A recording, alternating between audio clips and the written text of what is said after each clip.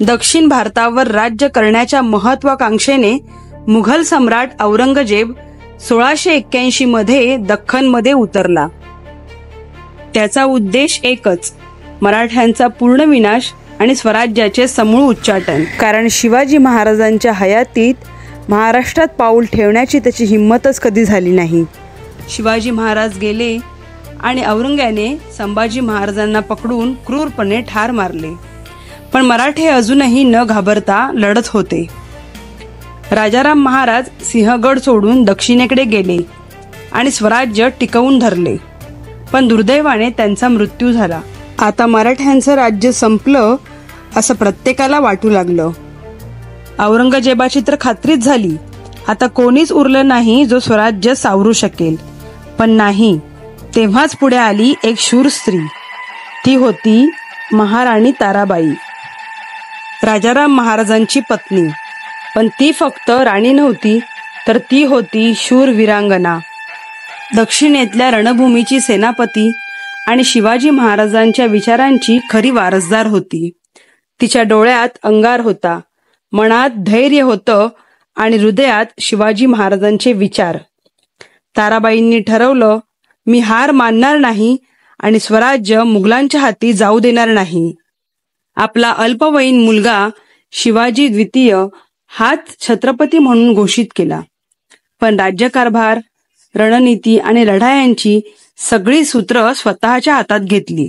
तिने अफाट धैर्य दाखवत मराठा सरदारांना एकत्र बांधले, कधी जंगलातून गनिमी काव्याने मुघल छावण्यांवर हल्ले केले, तर कधी गड किल्ल्यांचा पुन्हा ताबा, तर कधी थेट मुघल सरदारांना ठार मारणे।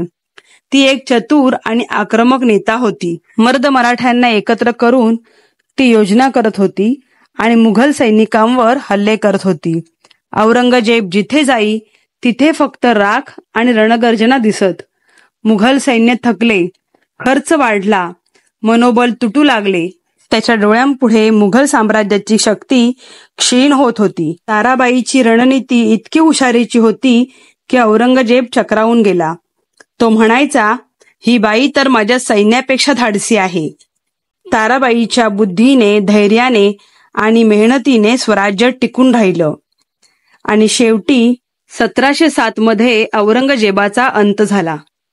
स्वराज्य संपवायला निघालेला मुघल सम्राट स्वराज्य टिकवणाऱ्या मराठा राणीसमोर हतबल झाला।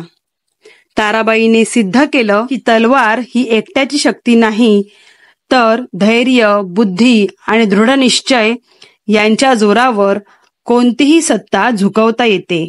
अवघ्या 25 वर्षाच्या या राणीने बलाढ्य अशा मुघल सत्तेला नामोहरम केलं, ते फक्त आपल्या धैर्याच्या आणि बुद्धीच्या जोरावर। कवी गोविंद यांनी ताराबाईंच्या या पराक्रमाचं वर्णन अतिशय समर्पक शब्दांत केलं आहे। दिल्ली झाली दीनवाणी, दिल्ली शाचे गेले पाणी, तारा राणी रामराणी भद्रकाली कोपली, रामराणी भद्रकाली रणरंगी क्रुद्ध झाली, प्रलयाची वेळ आली मुघल हो सांभाळा। खरोखरच मुघलांसाठी प्रलय ठरलेली महाराणी ताराबाई बलाढ्य अशा मुघल सम्राट औरंगजेबाच्या मृत्यूचं कारण ठरली। अशा या स्वराज्य सौदामिनी महाराणी ताराबाईंस शतशः मानाचा मुजरा।